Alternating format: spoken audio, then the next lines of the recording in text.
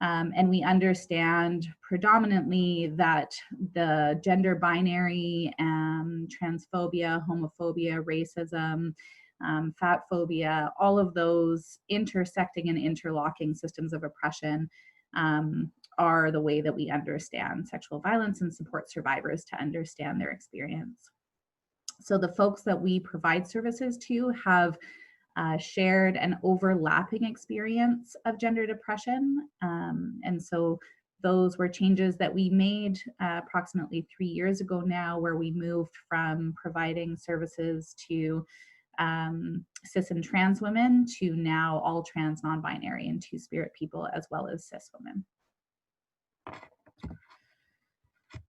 So I always like to remind us that sexual violence is about power and control. And I think in light of COVID, that is a really important thing that we hold on to and that we center, because we are currently experiencing another pandemic. I would say that we were already dealing with a pandemic of gender-based violence, and that when we add these additional pressure points, that we have to understand why identifying sexual violence as a power-based crime is even more important at this time.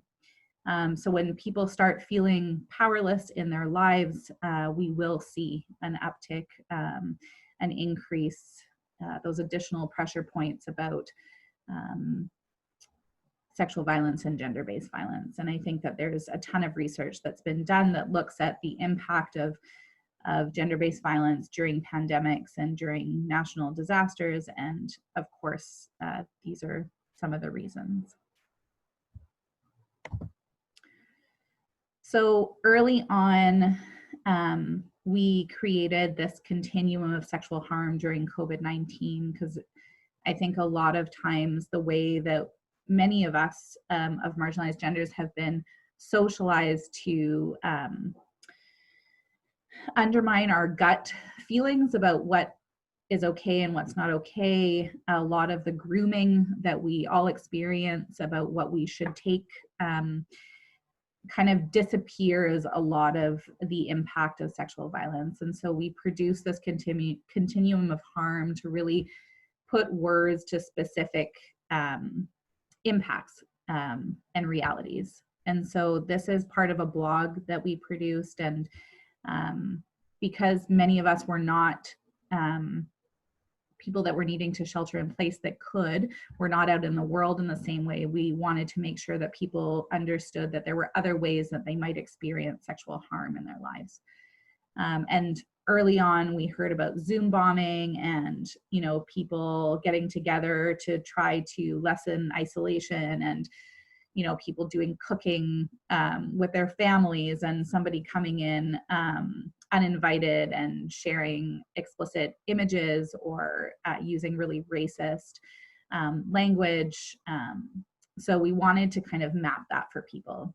And I think a lot of the other things that we were hearing locally was that there were a lot of new folks entering into sex economies that weren't ready or prepared, and that might be because of the precarity of people's economic standpoint, but understanding how coercion plays into making people not prepared to understand the full context of what they were entering into.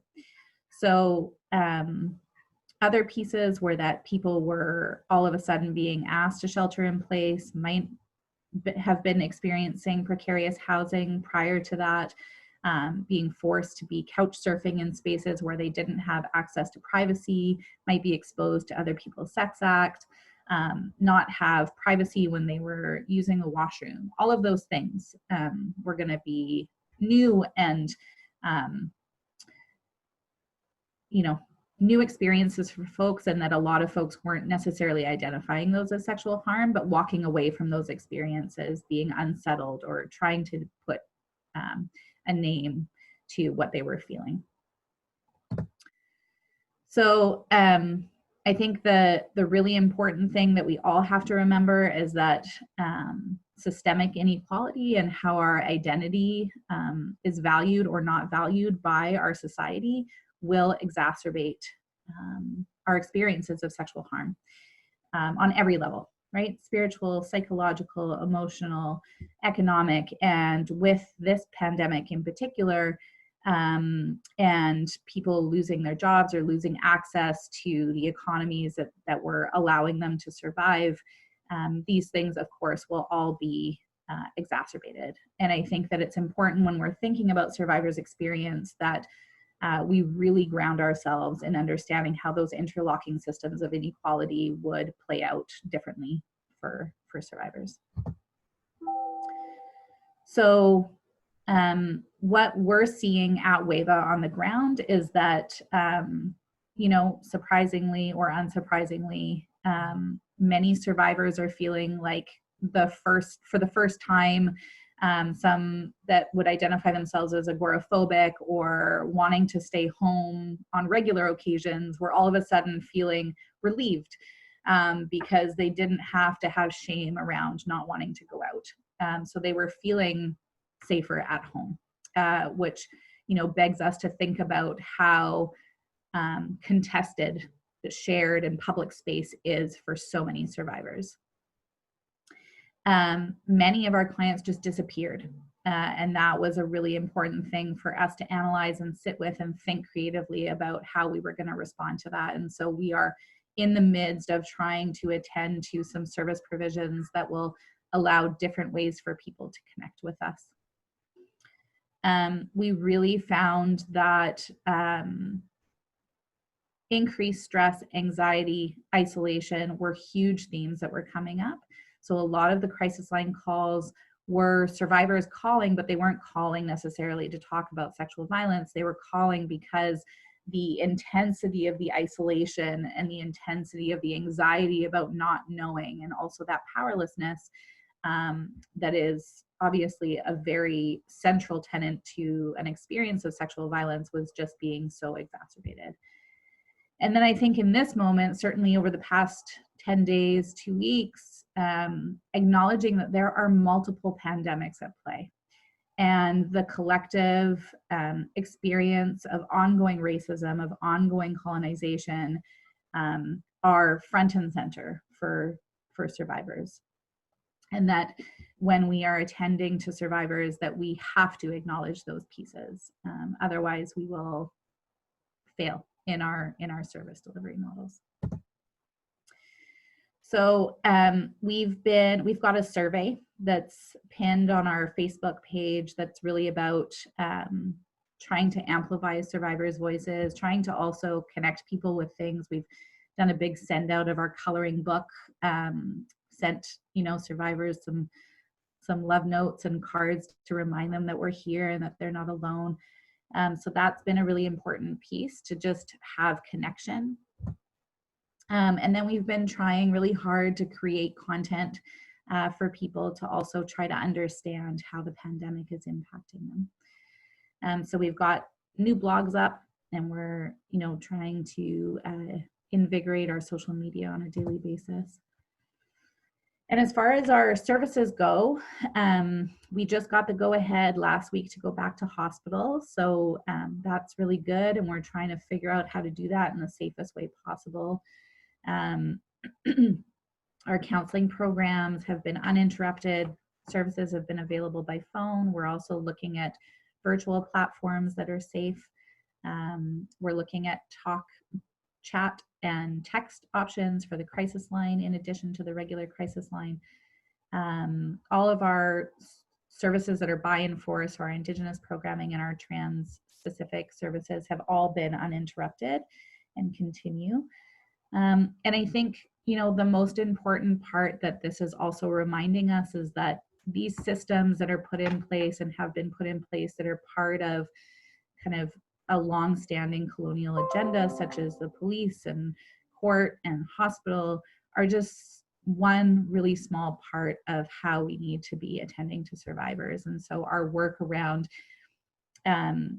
you know, trying to get different ways of attending to survivors has never been kind of more amplified the need for transformative justice work, for accessing hospital or health-related services outside of hospital. So those are all very much have been on our radar, but have really kind of stepped up on our list of to-do things. So important times, stressful times, adapting, testing our agility. But at the end of the day, really opportunities for us to take a moment, reflect on kind of where we're at as a society, and really amplify the voices that have been telling us for a long time that there's no cookie cutter approach, and that we must center all of these really important legacy pieces.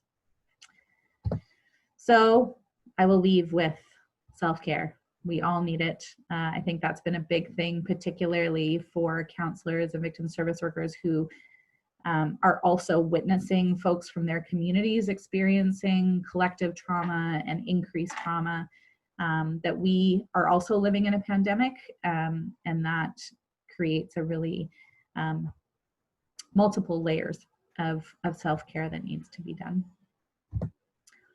And that's it. Did I make my 7 minutes? That's great. Thank you, Dahlia. Thanks so much for that. That was wonderful, that information. So I'm going to keep going forward so that we can stay on schedule, and introduce our next speaker. So our next speaker is Haley Scott. Haley is the Collaborative Community Response Coordinator at the Association of Alberta Sexual Assault Services. In this role, she works with local stakeholders from across the province to increase access to specialized sexual violence services for rural and remote Albertans. Haley led the development of Alberta's One Line for Sexual Violence and continues to coordinate its provincial partnerships, working collaboratively alongside her colleagues from sexual assault centers across the province to maintain its ongoing operation. Haley has a master's degree in social work, specializing in leadership, and has worked in the fields of domestic and sexual violence since 2007. Haley is passionate about social justice and the primary prevention of sexual violence, and deeply enjoys engaging in meaningful community-based dialogue and action. So welcome, Haley. Thank you so much, Erin.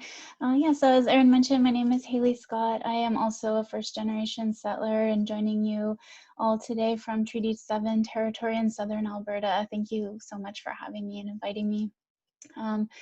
Thought I would start just a little bit about ASAS. So we are the provincial association here in Alberta, and our primary focus is on facilitating collaboration and coordination for the 14 sexual assault services that we have. And our member organizations are actually the ones that provide direct service to those impacted by sexual violence. And so our work is mainly about raising public and governmental awareness on issues of sexual violence, with the goal of increasing access to specialized sexual violence services in Alberta. And as Dahlia mentioned, we share the same values and also the same analysis around sexual violence. So thank you so much for setting that context, because I think it's really important. And so at ASAS, I think one of the most helpful things that we've done since the start of the pandemic is increase the frequency of our network meetings. And so we have really been coming together quite often to stay well connected, share information, problem solve, brainstorm around the way that COVID is impacting our survivors and then also our services. And so I won't go into too much more about the impacts on survivors, because I think Dahlia has done such a great job. So the only thing I would add is that here in Alberta, just before the pandemic started, we had recently completed a child sexual abuse and sexual assault prevalence study in Alberta. And so based on that, we found that about 1.8 million Albertans had experienced at least one form of sexual violence in their lifetime, and that 14 to 37% of those experiences, people were abused by someone living in their home. And so naturally, we're, as we follow the public health recommendations to stay home, we're definitely concerned that many Albertans are at increased risk for experiencing sexual violence in these times. And then also acknowledging that while there are also a lot of people not currently experiencing sexual violence, that the impacts of sexual violence are significant and long-lasting. And so we've seen some people, suppressing their needs in order to cope with the imminent crisis that's at hand, and loss of employment or struggling to meet their basic needs.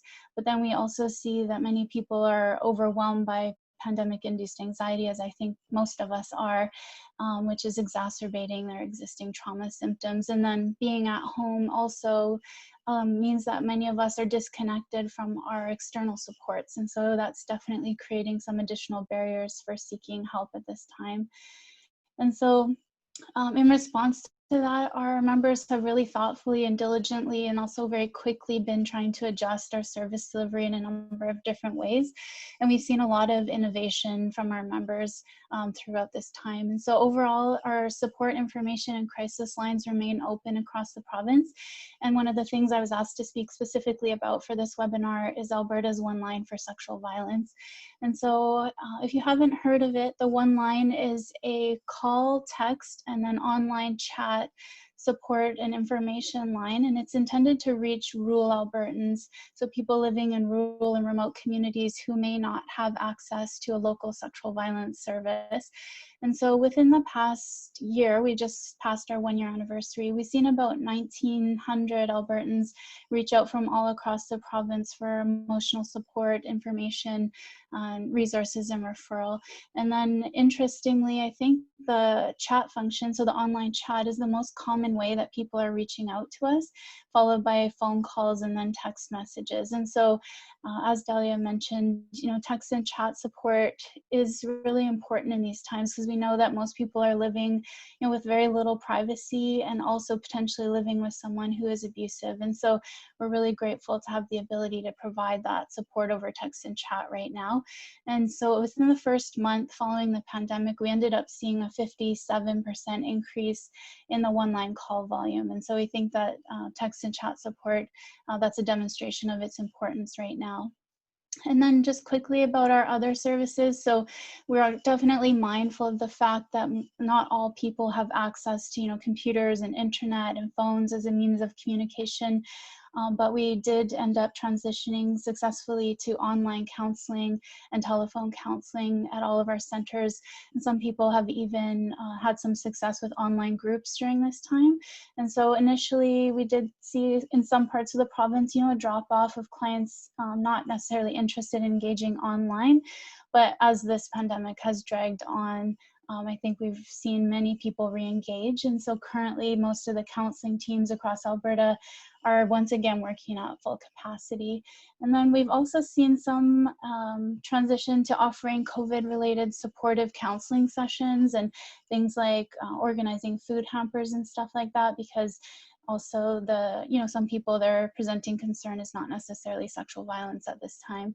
And so I think lots of clients are eager to return in person, but we also see many people who have expressed a desire to continue with the online counseling for the time being.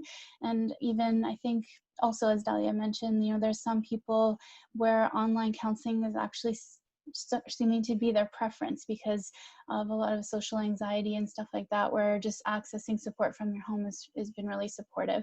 And so I think moving forward right now, we're going to start to pay really close attention to our therapeutic outcomes and then see what we can learn about online counseling models from our experiences. And then for me personally, the focus of my work is on rural Alberta. And so I'm particularly interested in these online counseling models because I think it might fill a gap in our rural and remote service delivery in the long run. And so I hope and anticipate that online counseling is here to stay.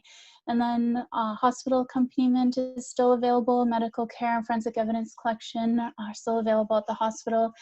Our police and court support teams are also providing online and telephone support. And so reporting to the police looks different right now for sure. And lots of provincial court matters are on hold, but support is still available.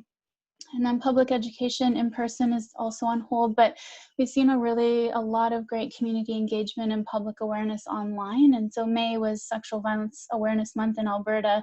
And so we've seen a lot of great and innovative ways to engage community, educational videos and online workshops and coffee chats and YouTube channels. And we even had some people hosting virtual runs and walks and yogathons and a 2-day conference, which was on resilience, which I think was really timely and much needed. And so Alberta, we're also just at the start of our relaunch planning. And so we've done a lot of preparation for that. And we see now some of the sexual assault centers in Alberta are reopening to see clients in person with a lot of safety measures in place. And in response to your questions about, our biggest challenges and concerns, we are noticing a real sense of urgency from our funders to gather frequent and timely information about the impacts of COVID on our services. And so we're definitely grateful for this interest, but also recognizing that many of our members are busier like now more than ever, and they're supporting their communities. And so it's challenging to stay responsive to these requests. And so we're trying to come up with a way to gather information on a monthly basis and then be able to compile and articulate that to our funders and policymakers.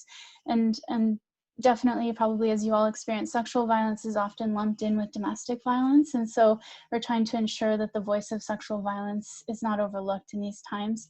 And our biggest concern is our ability to meet the needs of those that are going to be seeking support, I think, in the days and months and weeks to come. We're anticipating a dramatic increase, I think, in the number of people reaching out for support. And prior to this, we were already working at full capacity. So that's one of our biggest concerns moving forward. I'll leave it at that for now. Great. Thank you very much, Haley. It's really interesting to hear about the ways that you've been using technology and the text chat line to adapt to this situation. So our next speaker is Reem Gurgra. Reem is the Sexualized Assault Response Team Victim Support Coordinator with Victim Services at the Government of Yukon Department of Justice Victim Services Branch in Whitehorse, Yukon Territory, on the traditional territories of the Kwanlin Dun First Nation and the Tan Kwachun Council. And you have a very long job title. Reem has been with the Yukon SART since June 2018 as the project manager, developing the SART program at Victim Services, including the addition of trainings and after-hours availability of staff. She's originally from the unceded Algonquin Anishinaabe territory in Ottawa, Ontario. She joined the movement to end gender-based violence in 2008 at the Sexual Assault Support Center in Ottawa, supporting diverse women one-on-one, and co-facilitated a number of support groups. Since then, Reem has successfully completed a Bachelor of Social Work degree with highest honors from Carleton University and is currently enrolled in a Master's of Social Work through the University of Victoria. Reem has co-facilitated numerous anti-oppression workshops and trainings, guest lectured at Carleton University, and assisted with the production of a book that reflected the voices of immigrant and refugee women in Canada. In the Yukon, Reem has been involved in a number of organizations ranging from active board member at the Victoria Faulkner Women's Centre, a transition home worker at Women's Transition Home, and a harm reduction health educator on the outreach van for Blood Ties for Directions. For 3 years, Reem worked as the Court Watch Volunteer Coordinator for the Yukon Status of Women Council, training volunteers to observe and collect data on women's experiences in the legal system in Whitehorse, Dawson City, and Watson Lake. So welcome. Thank you. I realized that was a really long bio, but you got my last name perfect. It was perfect. Thank you for that. So thank you for having me. I just wanted to add as well, I'm an uninvited first generation settler as well. Living and moving around in different territories. So I am going to talk a little bit about the SART up here in the Yukon and talk about some of the changes we've seen. So our sexualized assault response team was built on a number of years of work, almost 10-15 years work from the Sexual Assault Response Committee that was up here working on trying to build a SART. So our SART program is very new. We launched in March, on March 6th on the Friday. And then the following weekend, the pandemic hit, starting with an announcement of canceling the Arctic Winter Games, which was heartbreaking for a lot of folks all over the north. So So we have a number of components. So I'm part of the victim services side, providing that after hours piece, working towards being 24/7 at victim services, as well as coming up with training, doing some hiring. We've got our CMP involved, so they're working on training. We have our women's transition home up here, who is part of it, giving us expertise. We have a sexual assault support line that has been built that's 24/7, which is really new. We did not have a specific crisis line. We don't have a sexual assault center up here, so that was it's been a big challenge for us to try and figure out how to put all these components in for a sexual assault response team and not have them housed in one spot. So we have a sexual assault support line that is 24/7. It's running out of a local NGO. We have a roster of trained SART physicians that was put together, and we got a lot of assistance from the BC Women's Hospital, specifically through Leanne Rich. She gave us a lot of help putting that together. We have a clinical coordinator who oversees the SART physicians and the nurses and assists with policies and procedures at our Whitehorse General Hospital. We also have prioritized counseling that is being run through our mental wellness and substance use group up here. So one of the things I need to mention is so Victim Services is a government organization. Mental wellness and substance use services is also government. It's through Health and Social. And then we've got our CMP. So it is a government mandated project that was put together, that was pushed forward by 3 ministers up here. So that's why you see a heavy government component in this. And right now it's only running in Whitehorse, this team bringing it up. We're working towards moving it to other communities. In the Yukon, we have 3 hospitals. One is in Whitehorse, one is in Dawson, and one is in Watson Lake. And then you've got a number of other communities in Yukon that people have to fly in or travel to get to the hospital if that's what they would like, or nursing stations that are within their community. So there's a lot of complications and complexity that we had to work through to create this team. So once the pandemic hit, it was this big blast of, okay, how do we respond? We just created this program. We had workers that were trained to go into hospitals, go into the RCMP, the Women's Transition Home, provide support services, and provide referrals to counseling if that's something they wanted. So we had to do this immediate switch of all of a sudden, okay, we started seeing people at the hospital, we started getting calls, and then we had to move to not doing in-person anymore, specifically at Victim Services. So that was a really hard shift to make, especially after we made the announcement and did some public education around that.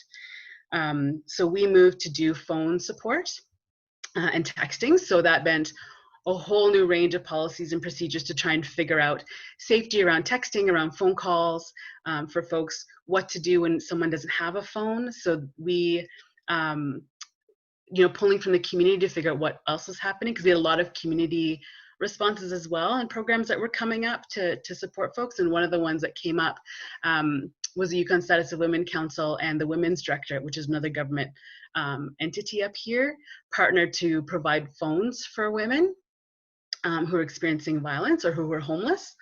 So they would provide a phone. The phone had unlimited texting, unlimited minutes, and 3 gigabytes of data. So there was a number of phones that were provided to women who were needing it. So being able to connect with those kind of folks to be able to pull those services for people. So for SAR, what we did is we got a number of phones for our after hours crew, so that each person would have a phone with them. So if we got a call that someone needed some support but did not have a phone, we would be able to drop off a phone. Because at the time, the hospital had also decided that there would be no visitors, right? So there was policies happening and really strong measures being put into place at the hospital. They've recently moved towards having, for a victim of sexualized assault, they have said the person can have one support person in the room with them, but no one else can be on site. So that also presents a bit of a struggle too, in terms of, when we're meeting with someone, do they want a support worker or do they want someone else that they're comfortable with, who's a support person in their life? So trying to work through these kind of conversations with people and try to be supportive that way, and trying to be as victim-centered as possible when it comes to saying that we're going to provide support, because maybe for someone that's a follow-up conversation rather than us being there. So there's a lot of things thinking about thinking that way.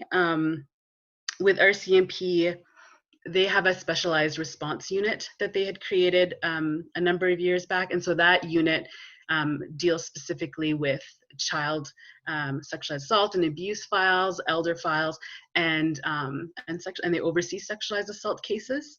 And so with the pandemic hitting, they saw a lot of stress on their watches. So what they did was they pulled those folks from those that unit and spread them out with their watches. So then each watch is like, like from 7 to 7, and 7 in the morning, 7 at night, they have a group of RCMP who are on patrol and responding to calls. So we call that a watch. So there's been workers who've been, we call them, they've been designated as SART members, since they have specific training to deal and respond to victims of sexual assault and deal with investigations and provide that kind of support. So we have a number of members now on each watch who can be, who are designated. They all identify as female, so having discussions around, asking about gender preferences for folks, because at SART we've been really pushing the fact that we're here for all genders, we're here for all ages, so trying to make sure that translates into every single component of SART. And they have said, just let us know, we can work through that together. We can work to accommodate if someone may want another gender, someone may want a male to speak to. It may be rare, but being able to at least have that option. And these folks are plainclothes members as well, so we can ask for that as well. So there's that piece with RCMPs happening. So there's a lot of information. I'm like, well, with the prioritized counseling, one of our challenges is, the big question we always get is, what about other communities? So we have folks in Whitehorse who are available for folks, so trying to bring people in. So we have a referral process where we can either fax information to our mental wellness, to their admitting, and their supervisor will look at it can just say the person's name or whatever name they're comfortable with and contact information, and they will respond to them in 48 hours. That is our prioritized counseling. People can have counseling for as long as they would like, for short as time as they would like. If they're connected to a counselor already, that's an option for them to see that same counselor. If they don't feel comfortable going to that same counselor, then they can have somebody else. So we have a supervisor that's involved that will connect that person to a counselor and go from there. So they were doing in person, and so now they had moved to phone and video. Technology up here is a bit of a challenge, so getting video up was challenging for a lot of us to try and figure out what is safe to use, what's going to be reliable, when our internet goes down, because we have that kind of stuff that happens. But also with mental wellness, considering folks who may have underlying issues or have, issues that are compounded by the pandemic. So you've got folks who are already dealing with extreme isolation, folks who have psychosis, folks who are dealing with severe depression. And so for folks who have those kind of considerations, they have said they will meet in person. So there's some considerations that are made in terms of where can we still meet in person and do that in a safe way. So when it comes to some of the responses we've seen, our numbers, Haley was talking about more frequent meetings. So we had decided that was something we wanted to do. So every week we have met, talked about what we're seeing, what kind of numbers are coming through, what kind of things we're hearing people say. Our numbers have definitely dropped. It's barely even half of the numbers that we normally would see for folks comparing to last year. But folks who we would hear from would say things like, they didn't know that the services were available, because you would get the messaging of like, you need to self-isolate, you need to not come into contact with folks. And so that translated to, I'm doing something, I'm putting community at risk if I go out. On top of that, when it came to the women's transition home, they were hearing things like abusive partners were saying you can't take the children because you're going to put them at risk in that communal setting, and that shelters were a communal setting and that was dangerous. And so there was all this stuff happening that compounded in terms of folks having to make really hard decisions in terms of their safety and the safety of their family, and trying to balance all this messaging that was coming at them. One of the big things we keep talking about is, our understanding around sexualized violence up in the North is going to have to change. We're working with a lot of people who are actually reporting and disclosing, but we know that because we don't have a sexual assault center here, there's lots of organizations that folks have been reaching out to and disclosing. So having that constant reminder of what we see as SART is not the full picture of sexualized assault, and we have to keep remembering that. And now we have the pandemic on top of it, and so things like we have huge summer festivals, we have huge races, we have huge events that come up in the summer, and we're not having them this year. And so I think our understanding around sexualized assault and how we respond is going to change really rapidly and keeps changing as this goes on. I think I'm going to stop there because I meant to look at the clock and I can't remember when I started. So I'm sorry. I'm sorry. No, that's wonderful. Thanks so much, Reem. So I'm going to keep going just so that we can keep on our time schedule here. So our next speaker is Corinne MacArthur. Corinne is from the Kakawashtaha First Nation in the Treaty 4 territory. She has attended the residential day school in Maryville, Saskatchewan, and graduated from the White Bear Education Complex on the White Bear First Nation, Saskatchewan. Corinne attended the University of Regina and acquired a Master's of Social Work degree. She's worked in the field of sexual assault and child sexual abuse for 8.5 years.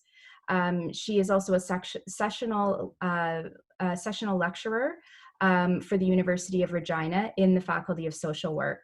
She does public presentations on prevention, intervention, and healing from the impacts of sexual assault and child sexual abuse, as well as understanding and supporting traumatized children in childcare settings.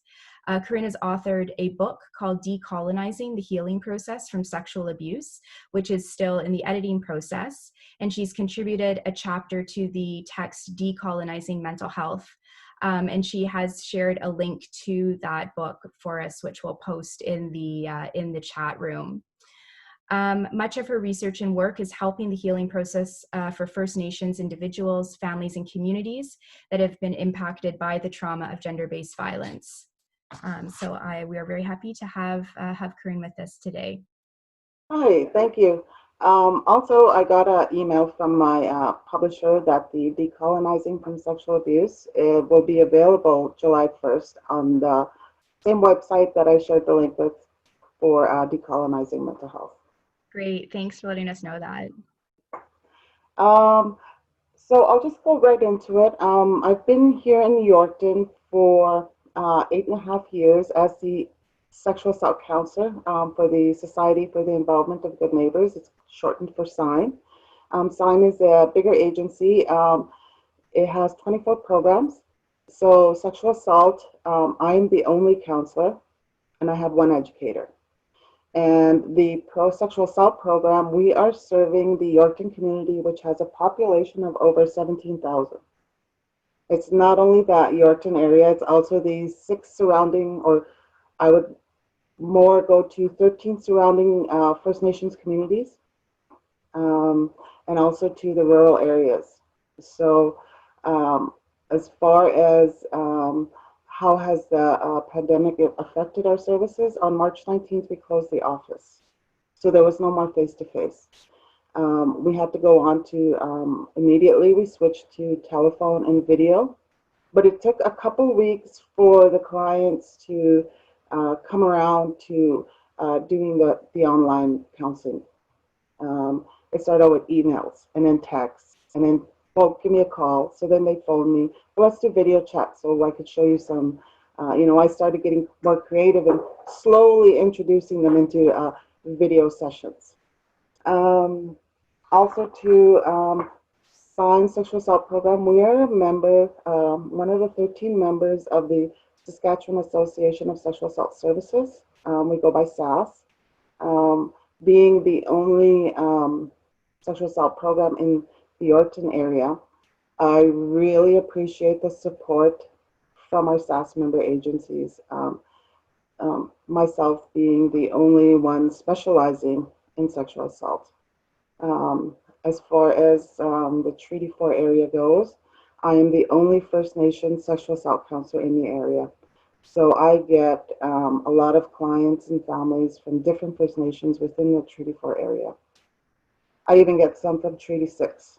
Some people are coming down, spending the night just to meet with me because they've heard that I am the only First Nation sexual assault counselor. So I get pretty busy at times, but I really enjoy my work. My research was dedicated to First Nations individuals and recovering from the systemic abuses of residential school. The decolonizing process there is we tried to carry that into the office. My community educator has rediscovered her roots. Her parents have finally disclosed that they are from the East. So she is reaching out to the Algonquin Nation of where her dad belongs. And he said, I feel safe now to tell you about your grandparents and where we belong. So she's rediscovering and she's really excited about it. And a lot of her presentations are tied back to that rediscovery. What else can I share? As far as closing down, I had to get creative. Once I was able to have video sessions with the clients, especially with the families and the children. The share screen, I love it because I can put videos for the children where I'd be showing them in the office and getting them comfortable with talking with me, and I showed videos on child safety, keeping your hands to yourself, talking to your parents about secrets, and the kids really enjoy that because I love working with kids. Also to the whiteboard, we play tic-tac-toe, and the kids enjoy that, and then I pull up a story on screen and we'll read it together. So some of those I have to get really creative with them. As far as adults, my office, I really miss my flip chart. Adults are visual learners, especially First Nations clients, and my flip chart was normalizing their behavior, their emotions from the impacts of their sexual assault or the historic child sexual abuse. And then a lot of them would say, "Oh, so I'm not crazy," or "This is normal. This is okay to feel like this," and that's what I miss the most. And a whiteboard just doesn't do it with an adult. So what I do now is I email them resources and pictures, and then they'll phone me, and I'll tell them, if you have any questions, give me a call. We don't have a SART team here in Yorkton. I've tried starting one over the years, but to no avail because our funder is from the province, and because Yorkton has such a small population, and my stats every year are 49 caseload, so they think that's a small caseload. They don't realize it's just me. Yorkton Hospital, I talked to the business manager. They're trying to set up a SART team, and she said the board believes that there is no reason to have a SANE nurse in Yorkton. So there's no sexual assault nurse examiner here. The doctors are using the rape kits by reading the instructions as they do them, which is sad. I think every community needs somebody trained in sexual assault examination. Anything particular aspect to service delivery? Well, I set my flip chart for psychoeducation. My biggest challenge, the rural areas and the First Nations communities, no internet. So video there is intermittent to be on a good day. So we primarily depend on through text counseling sessions, which is it's not helpful for a family whose child has been sexually abused. Since lockdown, I've gotten an increase in child sexual abuse cases. Children making disclosures at home about sibling on sibling sexual abuse. Social services there is doing what they can in regards to lockdown and social distancing, which at times is not enough for the parents. So I'm working with the whole family. I try and do as much family therapy as I can using Zoom if everyone has a device in their house. Because the kids really find it safer to talk in a different room than their parents, which I found really, it was unique. The adolescent daughter would talk about the sexual abuse in a different room, so she doesn't have to see her mother's face to face, I guess, or her parents. And she found it really helpful, even through text. So when the parents and the child, if the adolescent wants to talk to their child, I suggested texting your mom from your room, and then she'll stay in her room, and then that way you can openly discuss what's going on.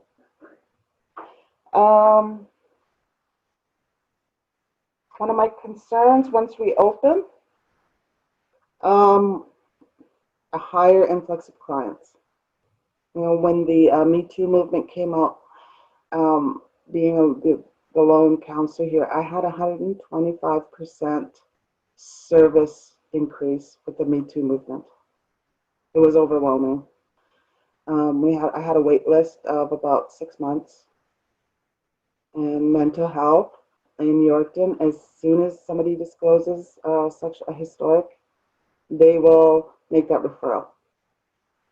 So it gets pretty busy here for myself. Another concern is the clients, I guess, just making it to town. But I really enjoy, I think that I'm going to keep with the Zoom counseling in the future, even when lockdown lifts, because of the cost of travel for a lot of families. Don't have that money to come back and forth for their appointments. And also to, with the kids, really enjoy it. I always get them to sit with their favorite stuffy, tell me about it, then we'll go into session. I got a tour of a lot of homes with the kids, hauling around the laptop, showing me everybody's room and where they play. So I think I'm going to keep this up with a lot of families that don't have the means to travel back and forth from Yorkton. One of the biggest things I was really thinking about this yesterday, looking at the questions. Before the pandemic, before the lockdown, we were almost every week, maybe it was the Universe at Work, we were training first responders to sexual assault and child sexual abuse disclosures in a lot of communities. It just kind of gives me chills, because just thinking of that, we did that rush work. It was almost every week, everyone wanted it. So we trained a lot of people, and then the lockdown.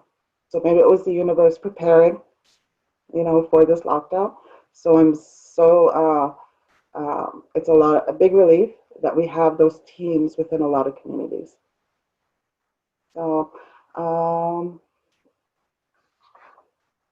I guess that's it. I tried to answer all your questions and add a little bit more.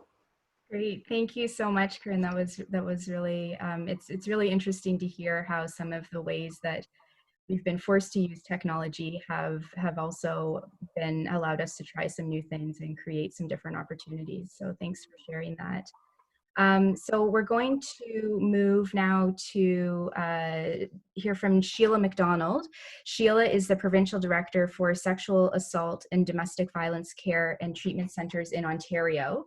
She has worked in this field for over 25 years and has extensive clinical experience providing health and forensic care to victims and survivors of sexual assault or domestic violence. She holds a Master's of Nursing degree from the University of Toronto and is certified by the International Association of Forensic Nurses as a sexual assault nurse examiner.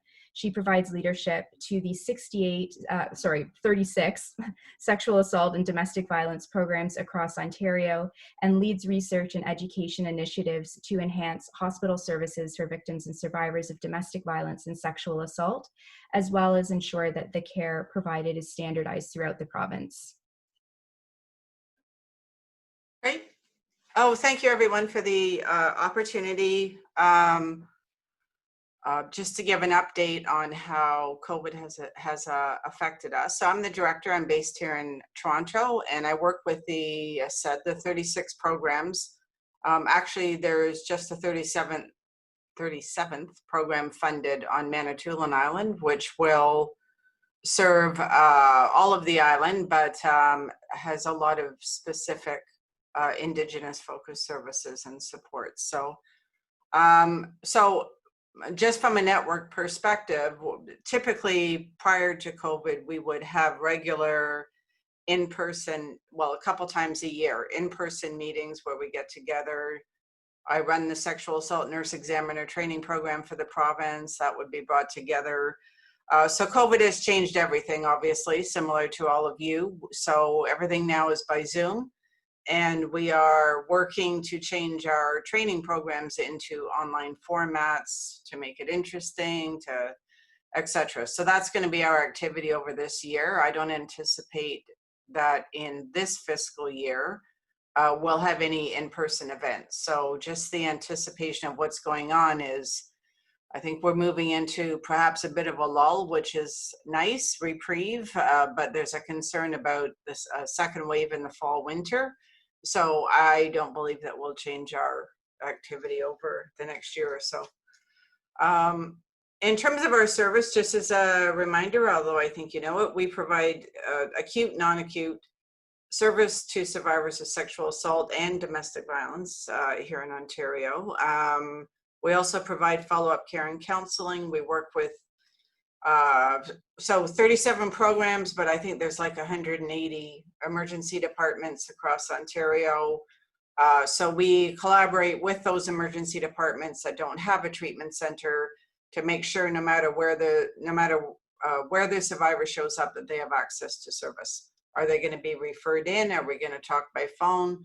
Are we traveling out to the emergency department? It depends on the region and geography about what kind of response. And then we work with our community partners. We do our part of it, but obviously there's so much more that the client needs. So in terms of change, we've been tracking, we just collected this data. COVID sort of, you know, it was like March 15th, I would say, is when things really started to change. So volume-wise, big decrease in acute adult sexual assault survivors coming into the emergency setting, department setting. For our domestic violence clients, it was a almost 47% decrease in clients coming in. And we also provide for pediatrics, again, lesser, but acute clients aren't the biggest percentage of our clients, but a decline as well. So overall, there was a sudden drop as soon as emergency departments changed their protocols. I'm based at Women's College Hospital here in Toronto, and the immediate effect was all clinics, surgeries, everything was canceled, and all of healthcare got ready to respond to the worst case scenario of, you know, huge rises in COVID, hospital admissions, ICU, et cetera. So everything shut down in order to be available, ensure the best response that we could in terms of people coming to the hospital. So now that's changing and shifting in terms of what's going on. But we've always been open. So we just look different. So mandatory across all the programs and some of that shifting, but that, you know, wearing proper PPE is essential. So the nurses all look a bit like this. If the patient was COVID positive, so we see people, somebody who's been a victim of a sexual assault, they would have the face shield also on. We have changed other practices, so I heard somebody say it as well. In some hospitals, no visitors are allowed. Everybody is screened at the door. So whether somebody gets in depends on whether or not they have symptoms. I think all the programs continue to allow a support person to come with somebody who was presenting to our service, even though there's no visitors elsewhere. But that person too also has to be screened, wear a mask, hand sanitize, all that sort of stuff. So the hospitals have all been trying their best to keep out the virus. We do have considered changing in practices around how something like evidence is collected. So our service, we provide the acute health and forensic care. So we talk about concerns of HIV risk, pregnancy, collect evidence if the police are involved. So we've had to change the practice to minimize physical contact as much as we can between the nurse and the client. So the nurse might sit in one room and collect the information from the client who's in the other room, and then gown, mask, etc., to go in to actually provide, to do the evidence collection. So around the province, that kind of thing, those practices have been considered around reducing risk. But we do know from talking with clients, the decrease, people have been hesitant and afraid to come to the hospital because of fear of COVID, coming to the emergency department. So we have some of the programs moved away from, some of our programs aren't located near the Emerge anyways, but others have moved to different locations. A couple moved into an off-site location, still having access to the Emerge if there was a reason, so a medical injury, etc., or treatment needed. So we've tried to adapt as much, and always still thinking through of what we might do differently for our clients. In terms of follow-up, that was also affected. We've had fewer follow-up visits, but part of that is relation to the drop that we had at the end of March through April in terms of acute visits. The majority of our visits, 60% now, are being done virtually. So calling clients, but we do have to see people again if they are on the HIV PEP medication, if they have an injury to be reassessed, if they require testing. So, but we've also deferred as much as possible. So there has been some changes in what is being provided in person. The impact on staffing. So another concern that we had was we are a 24-hour, 7-day-a-week service, which is always challenging, even when there is no COVID. But some of the impact on the health professionals has been that the impact of having to self-isolate if there was an outbreak, and now the staff have to self-isolate. That took them away from ability to work at the sexual assault program.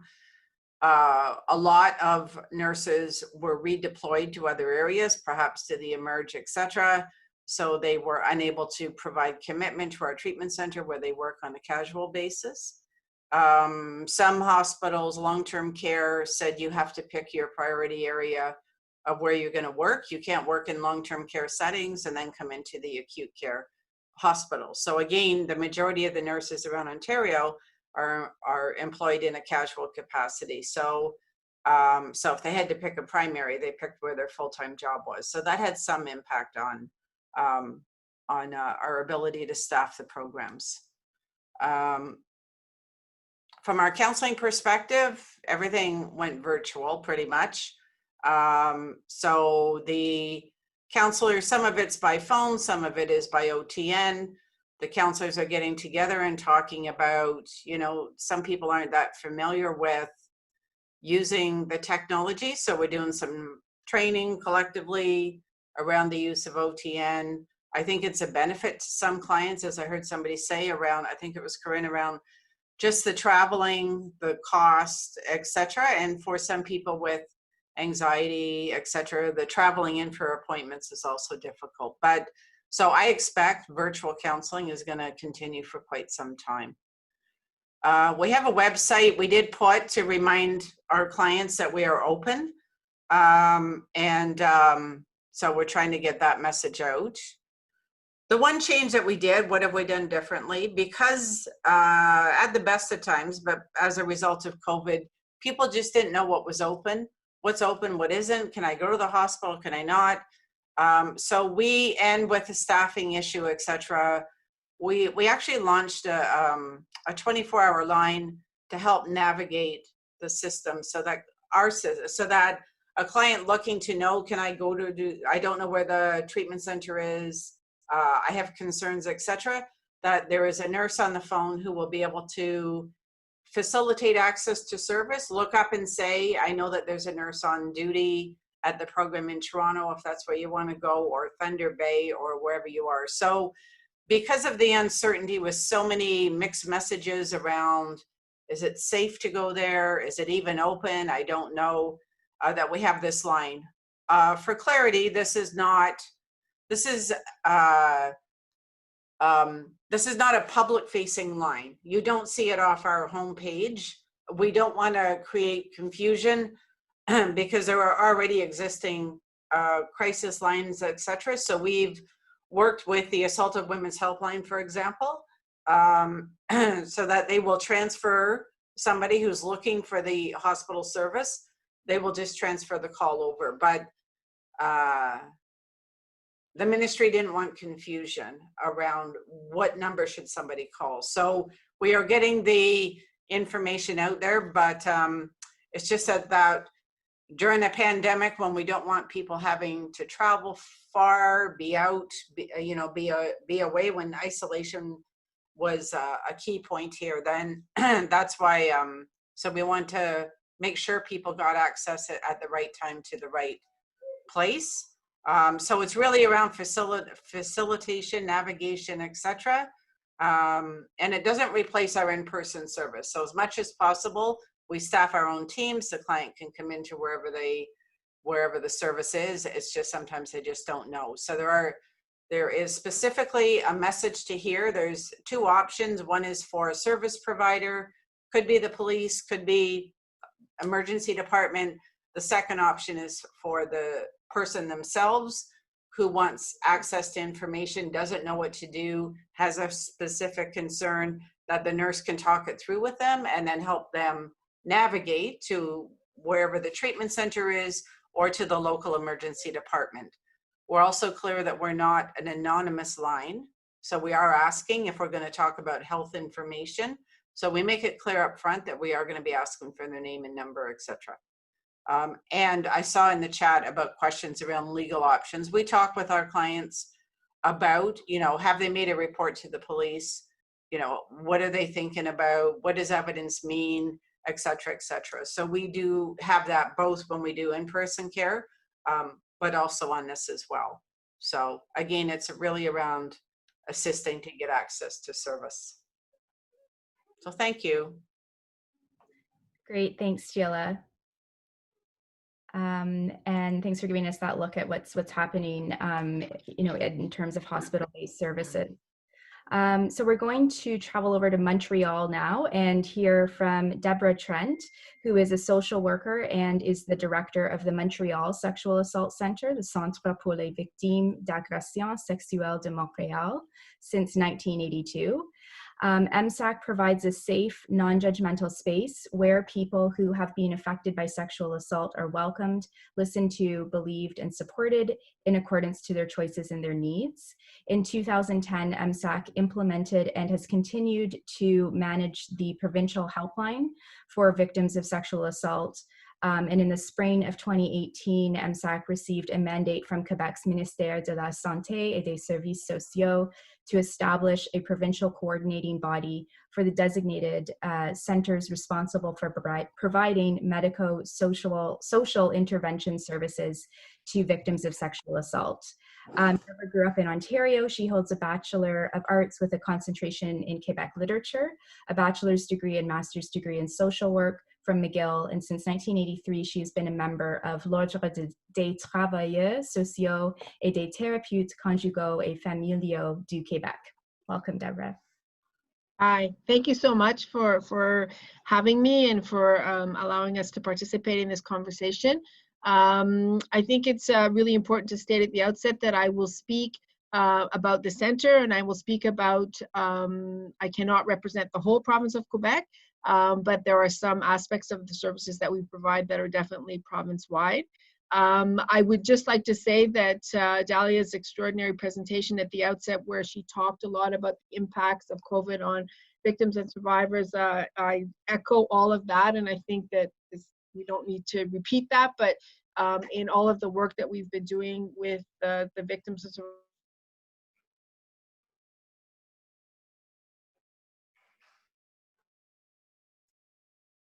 Deborah, it looks like you've frozen. has been around since 1980. As I always say, we were sort of old. I'm older, and we have, somewhat developed some experience over the years. Our main reason for being has always been to provide free bilingual accessible services to people who've been sexually assaulted. So we really are focused on coming in after the crime has been committed. We help people in a variety of ways. We talk, and I'll talk quite a bit more about our medical services.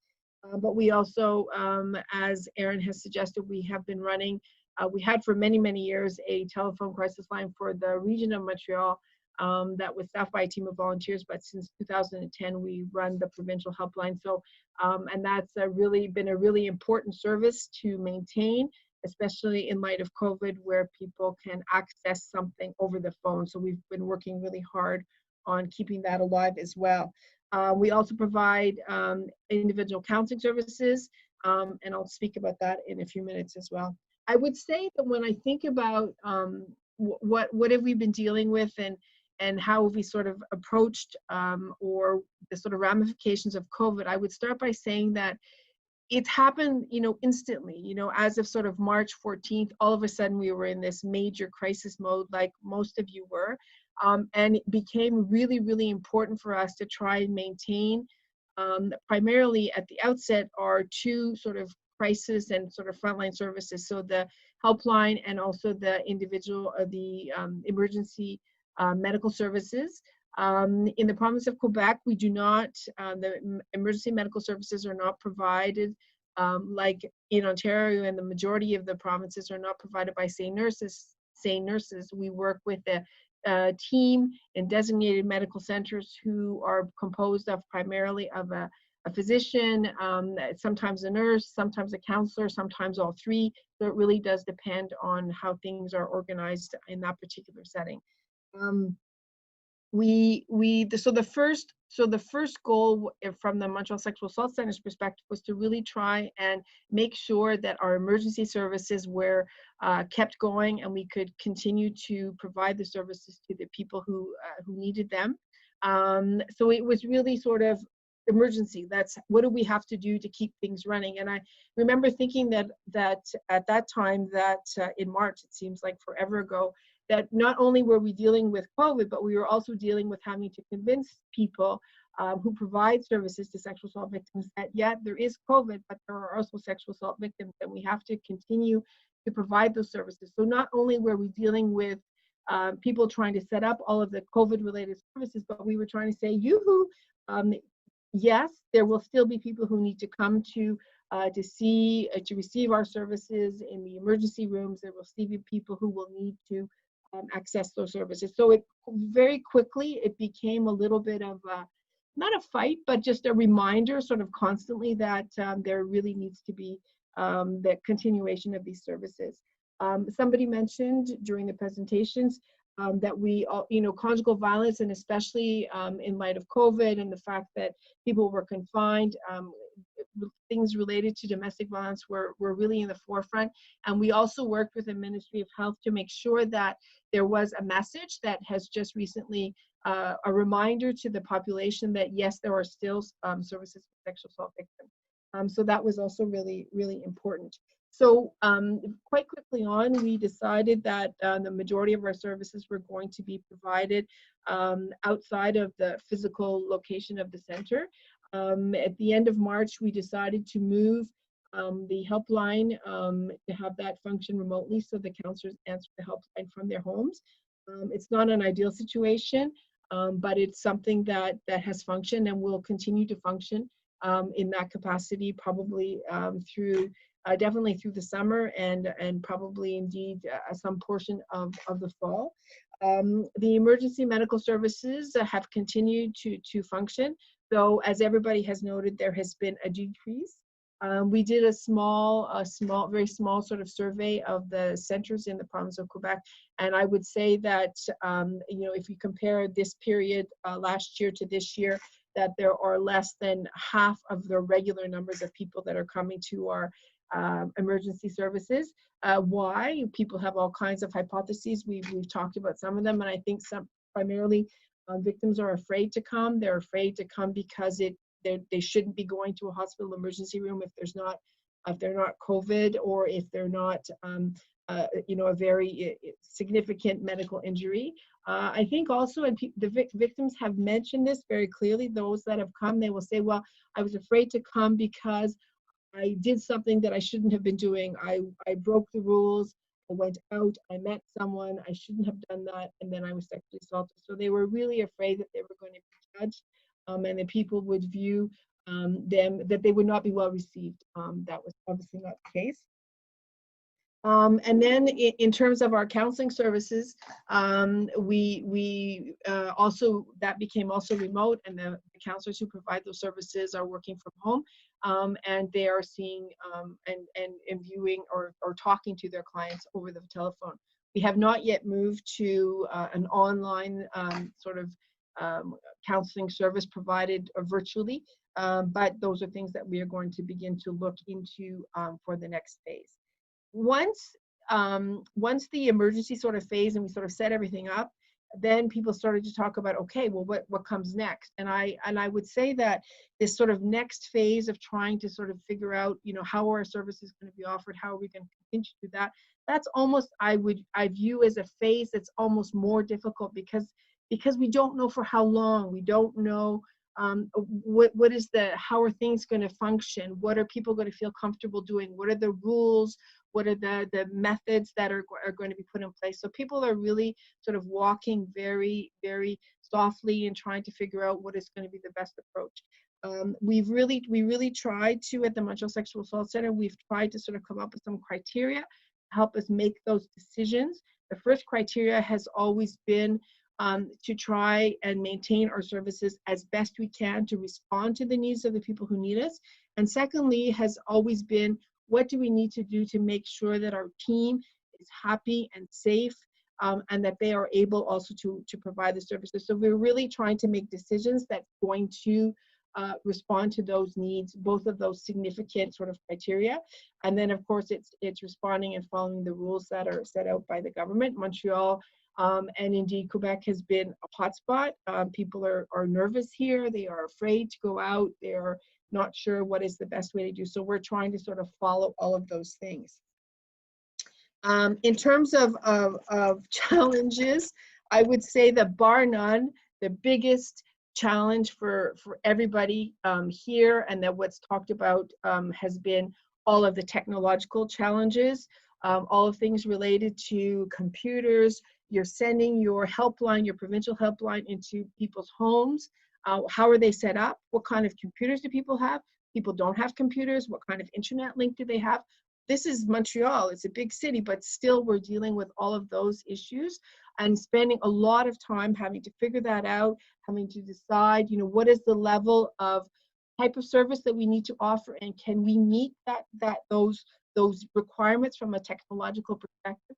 There has been a massive use of Zoom, which is fine. After 4 meetings in one day, it becomes to be not so much fun. But it has also saved us to a certain extent because it has allowed the team to come together. It has allowed people to see each other. Our staff members who live by themselves have depended on Zoom to be able to talk to their colleagues. I would say here, everybody wants to be in space together. We don't want to work from home. We want to be here. We thrive on connecting, on coming together. So there's a significant loss about that. but we don't want to put anybody in jeopardy, and we want to be able to try and set up the services that are going to make sure that the counselors feel safe and comfortable. Our physical location, though not tiny, is not enormous, and so there's all kinds of questions in terms of how do we set things up. I was in a meeting this morning, and the courthouse was talking about, the Crown prosecutors were talking about all of the plexiglass that has been set up in the courthouse to be able to start opening some of their services too. So we haven't gone to plexiglass yet, but those are things that we will have to definitely consider. Definitely technology. Definitely making sure that we have the right equipment and that we can continue via that technology to be able to provide the best service possible. Some of the counselors have been dealing with very significant concerns about confidentiality, what works, what doesn't work, how do we make sure that they have access to their files, how do we keep notes, how do we manage all of that stuff.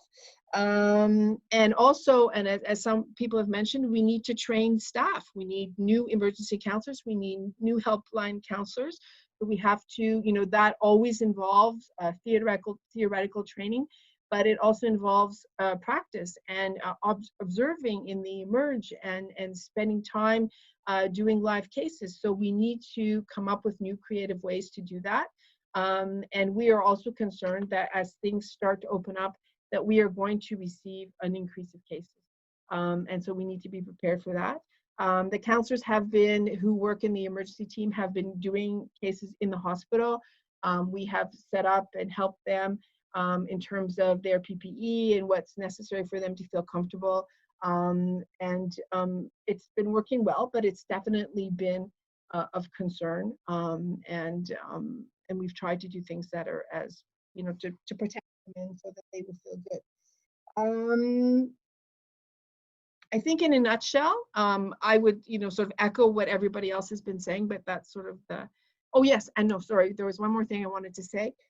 We did launch in the middle of May, we did launch our new project, which is similar to sort of Sheila's, where she's responsible for managing all of the designated or the treatment centers in Ontario for sexual assault and conjugal violence.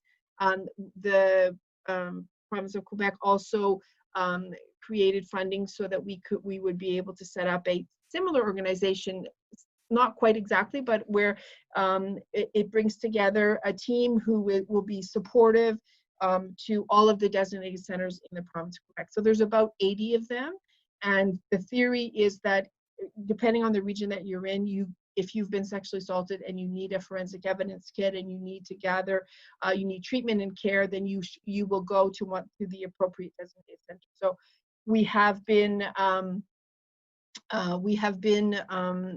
setting up this program for over a year now, and it was officially launched on May 18th, and we're very happy. And we have received, a lot of response from different people different professionals who are working in the designated centers throughout the province of Quebec, and they are happy to know that there is a place they can call, they can talk to somebody else who works in other designated centers. So you're constantly trying to sort of keep those services alive and make sure that people receive the care that they need. That's it in a nutshell. Thank you. Thanks very much, Debbie. So we are running a little bit behind schedule, which I guess was maybe to be predicted. I'm hoping that if people are available, they can stick around for a few more minutes, and we can hear from our panelists from Atlantic Canada. So next we have Jen Richard, who is the Director of Strategic Development for Sexual Violence New Brunswick. Jen has been with Sexual Violence New Brunswick for 14 years, and in that time has worked closely with communities and government stakeholders around the province to establish and enhance sexual violence services. Jen has been involved in the development and delivery of many professional development training programs, including sexual assault crisis intervention training, trauma-informed police response and investigation training, and trauma-informed sexual violence prosecution training. Thanks, Jen. Thanks. I hope I make it worth your while if you stick around. And also, I looked at the participant list and I saw a bunch of people from New Brunswick. So hello, bonjour to New Brunswick. So thanks, Erin. I just wanted to talk first to start off by saying that I'll be talking mainly about our experience here in New Brunswick, but I'm also going to be bringing in some of the other experiences from the other Atlantic provinces. Our four kind of big centers, Sexual Violence New Brunswick, the PEI Rape and Sexual Assault Center, the Avalon Sexual Assault Center in Halifax, and the Newfoundland and Labrador Sexual Assault Crisis and Prevention Center. We make up an Atlantic network of sexual assault centers, which we created a few years ago, realizing that a lot of us were working in isolation and weren't talking with each other. So that was helpful for us to share information with each other, because the Atlantic is often forgotten. So a little bit about Sexual Violence New Brunswick. Up until just a year or two ago, we were known as the Fredericton Sexual Assault Center. We are located in Fredericton, New Brunswick, and New Brunswick is a bilingual province on the land of the Mi'kmaq, Wolastoqey, and Passamaquoddy people. We've been around since 1974. And for most of the time, we've been the only sexual assault center in New Brunswick. Up until the last 5-10 years, there's been several other community-based sexual violence services that have started to emerge in Moncton, St. John, Edmundston, and the Acadian Peninsula. So our center, like many other centers, we've seen a lot of growth over the last few years, including a huge increase in requests for support. Both our 24-hour support line and our individual counseling programs have seen a 3 to 4 time increase in requests in the last 3 years. And despite this growth, we receive no core funding from any source for our services. Our major source of funding is project funding, which probably a lot of you know is very precarious and doesn't fund services. It funds projects. So we do receive some support from the United Way, which only funds partially some of the services of our actual program costs for our Fredericton programs. Those aren't any of the provincial work that we do. So some of the work that we have done provincially is developing a lot of professional development programs to help our province, but to also help provide us with some unrestricted revenue to help fund our direct services. So despite that, our direct services have really been in a critical funding state for the last 2 years, even before COVID. It's been tough. So while we've felt impacts throughout the organization of COVID, I'm going to focus my time today just speaking a little bit about some of the impacts that some of the other people haven't talked about yet, which was around the professional development, the funding, and a little bit about our volunteer program.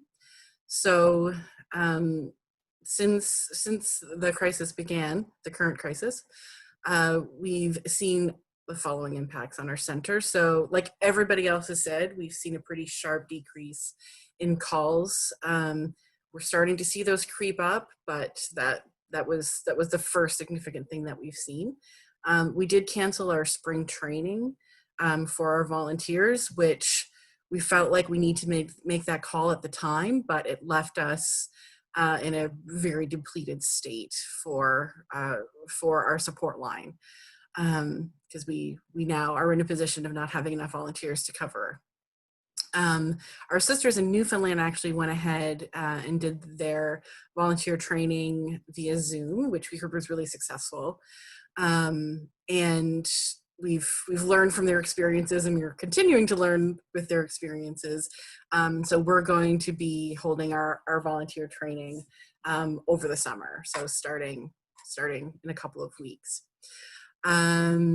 The advocacy and support services with the SANE program have been suspended. So like other people were saying, the SANE programs are still operating in the hospitals, I think throughout the Atlantic provinces, or the Atlantic provinces at least that have SANE programs.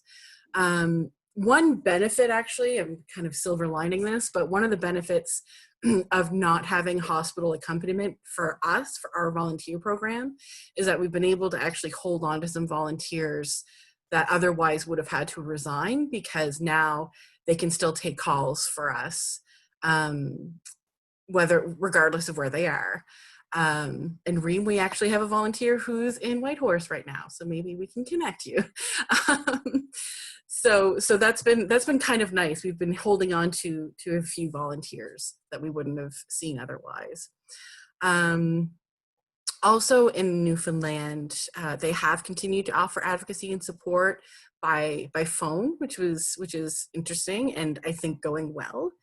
The other part that I think really has come to a bit of a head recently is the advocacy work that we've typically done with the police has been suspended. That's been weighing on our volunteers a lot over the last week. Is not being there for survivors when they're interacting with the police and with the justice system. So there's been, just generally speaking, the stress on the volunteers and managing that. A real central value within Sexual Violence New Brunswick is self-care, but also collective care of the organization taking care of us and us taking care of each other. And so, like everyone else, everybody's experienced this crisis in a really uniquely stressful and differently traumatic ways. So, in addition to the pandemic, and like Dahlia was saying, in addition to the pandemic of gender-based violence and racism and inequality and all of those things, there was also several things that happened in the Atlantic region recently that were additional tragedies. So there was the devastating massacre in Nova Scotia, and the very recent killing by a police officer of Chantal Moore, who's an Indigenous woman in northern New Brunswick. So the impacts of these events have really been felt deeply within our collective, even just rethinking when do we, why do we, what are our policies around calling the police to do wellness checks on people. So that's a new thing for us to be thinking about. And sorry, I lost my place.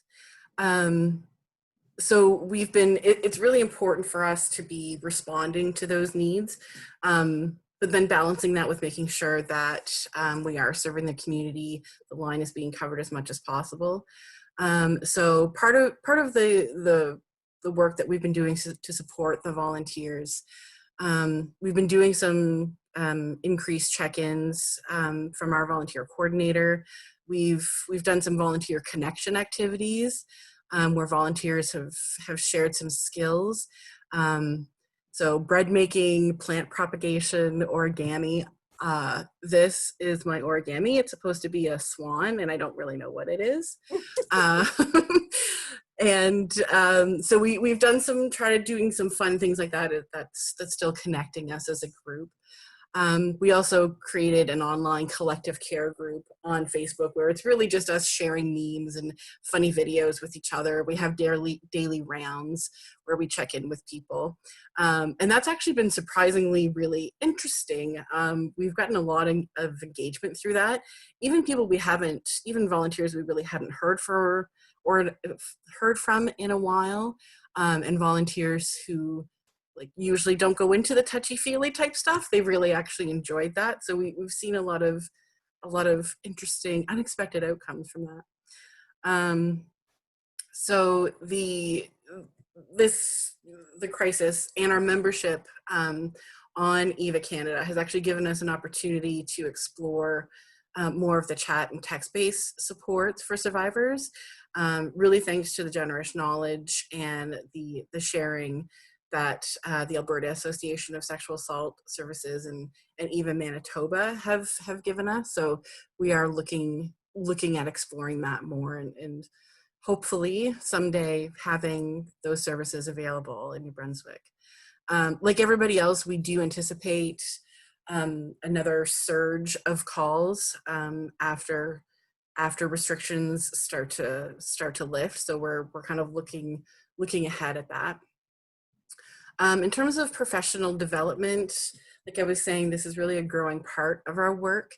We train so many different sectors, government, community, frontline, educators, healthcare, law enforcement, prosecutors. We provide training on prevention, intervention, therapeutic skills, investigation, prosecution, as well as training for people who work in trauma-exposed workplaces. This has really been an increasing source of revenue for us. And we've built a pretty solid reputation around the province as skilled facilitators with quality, engaging training. Today maybe being the exception because I'm not used to facilitating online. So with COVID, we're facing a pretty huge recalibration of professional development, of our professional development program, as well as that loss of revenue. So while online training, when done correctly, can be engaging, training specific to sexual violence almost always result in disclosures, which presents real safety concerns when we do this type of training. So much of this training, and I know many of you have probably facilitated, so much of training in any audience, regardless of who it is constantly feeling the energy of the group and maintaining that safety of the group, and that's really challenging, if not impossible, to do online. So we're trying to figure out ways how to keep that safety for people. Like with other people, we talked about the access to technology, and the internet is not consistent, both for economic and geographic reasons, which of course may result in vulnerable communities not accessing these types of trainings and professional development. Another consideration in New Brunswick is that simultaneous interpretation on online platforms are usually pretty prohibitively expensive and adds an additional challenge or barrier to learning, depending on how it's set up. So while our course materials are available in both languages, we don't always have enough French-speaking facilitators available to deliver it. So again, another thing we're having to consider and think about. We are, like I said, we are thinking about solutions to deliver quality training and education programs. It has been nice to see our younger staff taking the lead in sharing some of their skills and tapping into, I don't know if it's Generation Z or what it is now, but having them help us to explore some of the options to make online learning more interesting and more engaging. And we are, I think right now we're just kind of trying out different platforms and different formats and assessing it as we go. Finally, I'll just talk a little bit about funding, super fun. We've already seen substantial decreases to our United Way funding already. The rationale being that there are less people doing payroll deduction if there are less people on payroll. So that makes sense. There's a lot of uncertainty. I think probably a lot of people feel this around provincial and federal funding in the future, where there is a lot of spending that is happening right now. What is that going to mean on the other end of things? Like many others, SVNB and the other Atlantic Sexual Assault Centers have encountered additional unexpected expenses for software, online platforms.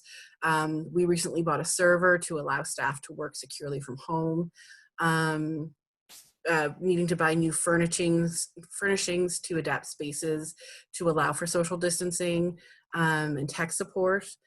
With most of our funding being tied to projects, the emergency funding for the sexual assault centers that recently came out through the feds and then through CWF was really critical for us. We really did need that money to respond appropriately to COVID. But situations like this really do underscore the need for more consistent, more stable funding for sexual violence work, but that is probably a conversation for another day, but hopefully a conversation we have soon. So with so much growth in need and that need for services in the last several years, the impending future funding cuts at this point will really be catastrophic for those affected by sexual violence. Even though there has been growth, we still have large gaps in services that are available in New Brunswick, and who they are available to. So specifically, Indigenous and rural communities across New Brunswick and the Atlantic provinces. So on that kind of last happy note, I just wanted to end by saying that I've worked in the nonprofit and the feminist worlds for many years now. And the sexual violence sector, to me, is a really uniquely resilient, innovative, and adaptive bunch of people. So I feel like this is no doubt a challenging time, and there will likely be even more challenging times to come. Which is why I feel like these types of conversations, and having more opportunities for the sexual violence sector to share specifically about the sexual violence sector with each other, and for us to share that information and to organize is really important. So I just wanted to thank Eva Can and Erin and Caitlin and all the other speakers for being part of this really awesome event. Thanks. Great, thank you so much, Jen, and thanks for giving us that perspective on the impact on professional development programs. I think that's something that gets overlooked. So we have one final speaker with us today. We have Rachel Crowder, who is the Executive Director of the Prince Edward Island Rape and Crisis Center. Rachel started her professional social work practice in 1992 with survivors of sexual violence at the Ottawa Rape Crisis Center. She took a leave in 2001 to get her MSW and then her PhD. While completing her PhD, she went into private clinical practice and also trained as a meditation teacher. She joined the Faculty of Social Work at the University of Calgary in 2009 and left in 2019 to accept the position as Executive Director of the Prince Edward Island Rape and Sexual Assault Center.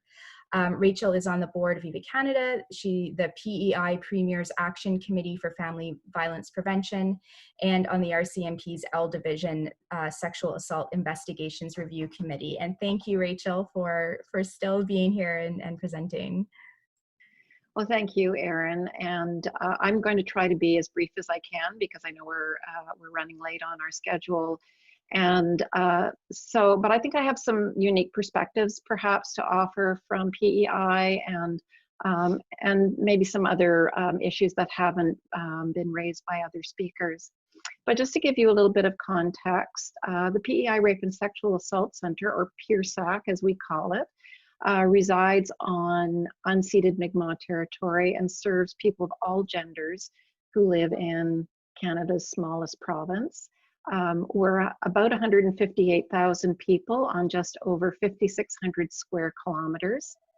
The main PERSAC office is in the largest urban center, Charlottetown, that has about 30,000 residents, as well as an office in Summerside in the more central area of PEI, and one in Alberton, which is a small town in the west part of the island and near the Lennox Island First Nation Reserve. So most of our clients live in rural areas, and the economic base on PEI is mostly seasonal in nature. So farming, fishing, and tourism, the last of which, tourism, has taken a big hit during COVID-19 since the province is keeping the border closed to non-essential travelers. We benefit from our natural moat around the island and the closed border in terms that we've had no new cases of COVID-19 in over a month, and our phase 3 ease back is happening. So services at PERSAC focus mainly on counseling support. There's not been a crisis line or volunteer program for a number of years since the introduction of the Island Helpline.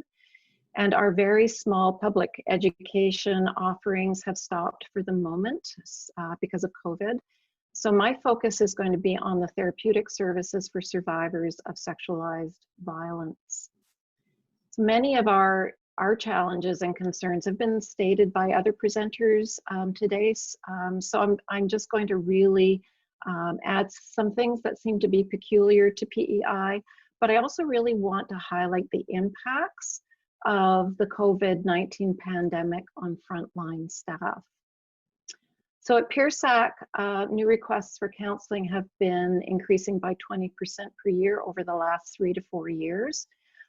Requests for service, however, came to a halt on March 15th with the directive from our Chief Public Health Officer to work from home. And we have found that new requests for service for April and May are about half of what we would have expected it to be during that period. So similar to what some other people have mentioned. So we too are anticipating an avalanche of service requests when we are seeing clients in office once again.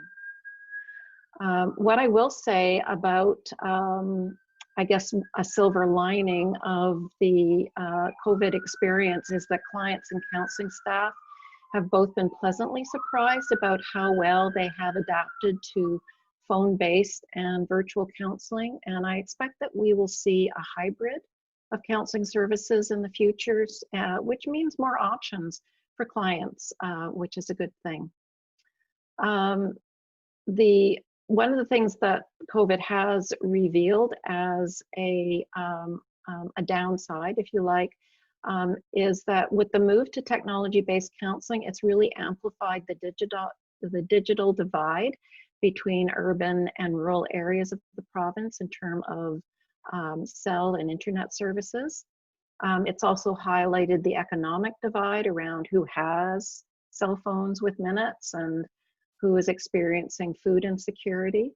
So we began using our skills around sourcing phones, laptop computers, grocery cards, etc., for our most marginalized clients.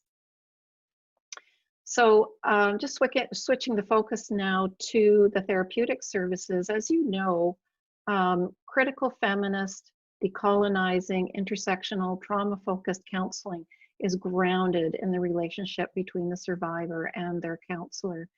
And the biggest challenge I was seeing organizationally was that that relationship was at risk because of the additional stress on our counselors.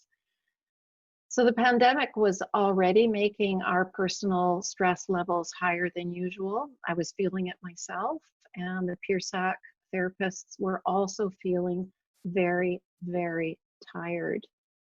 So we talked about this a lot, and we came to the consensus that doing therapy via technology requires an intense kind of concentration, especially if you're working on the phone, because it engages not only physical engagement of hearing carefully, but also the concern that you're missing something vital because you can't read facial cues or body language.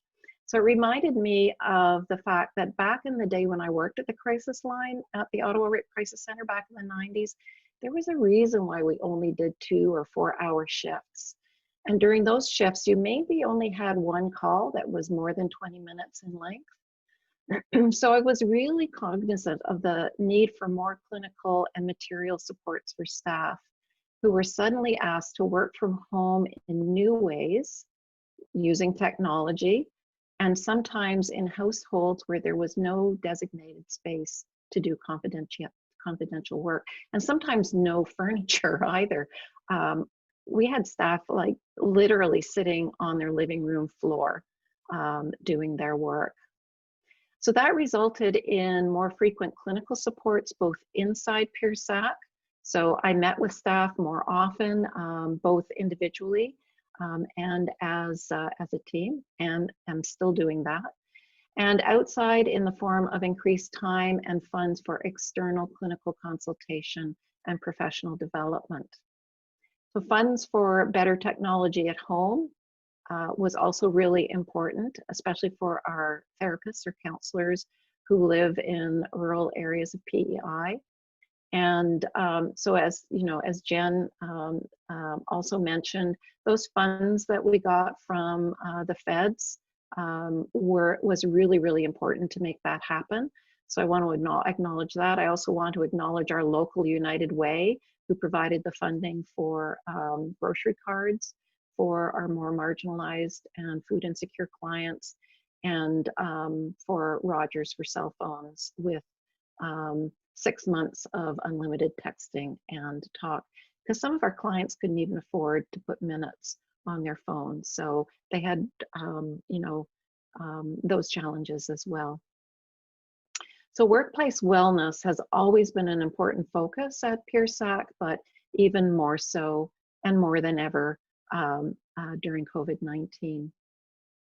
Right now, we are figuring out the ease back of our services. The offices are housed within other community mental health and social services, so we need to follow their lead.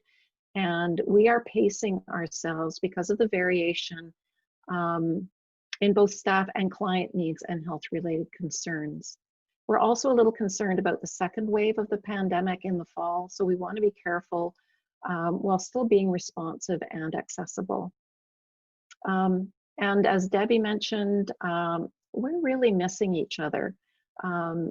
So we want to get back together. We miss the casual dropping into each other's offices to connect, to debrief, and just to enjoy being with each other.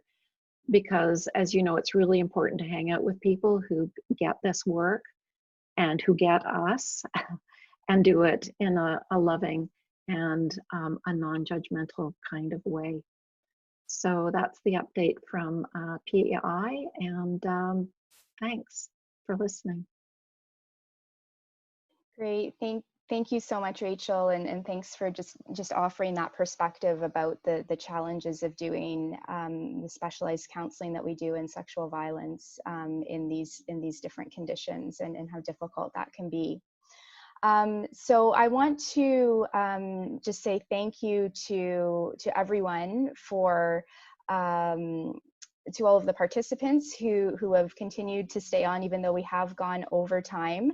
And a really big thank you to all of our panelists today. I think that there are so many other conversations we could have and so many topics that I'd love to hear more about. So I think that we'll definitely try to continue having conversations like this.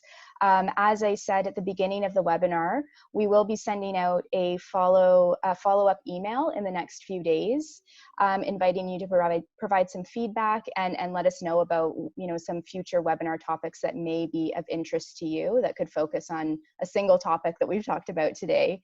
We'll also be letting you know when the webinar is posted on our website, along with a summary of some of the key themes and learnings from today's discussion, as well as any of the resources that people have mentioned and provided. We wanted to also just let you know about a survey that EVA Canada has developed in collaboration with ANOVA, Shelter and Sexual Assault Centre in London, Ontario. This survey is directed toward service providers and volunteers responding to gender-based violence during the pandemic. And we'll include a link to this in our follow-up email.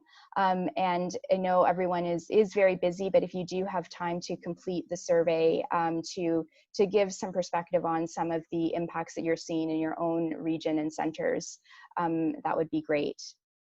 If anyone does have any questions for any of the speakers or for us at EVA Canada, please feel free to send us an email at info@endingviolencecanada.org. And we will also, I think there are still some unanswered questions and comments, so we will definitely make an effort to get responses back to people in the next little while. So thanks again to everyone for joining us today, and I hope that everyone has a lovely evening, and hopefully we can all chat again soon. Thank you.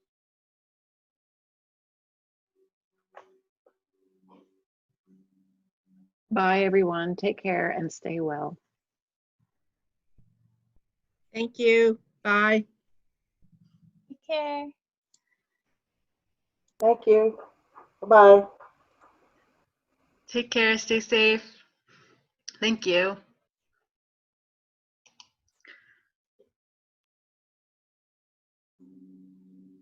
Thank you, Rachel. Thank you, Erin. Good job. Sorry we got a little behind schedule. I appreciate you sticking around. Not a problem. Yeah, It was a really good webinar. Great. I learned a lot. Great. Okay, I'll talk to you soon. Take care. Bye-bye.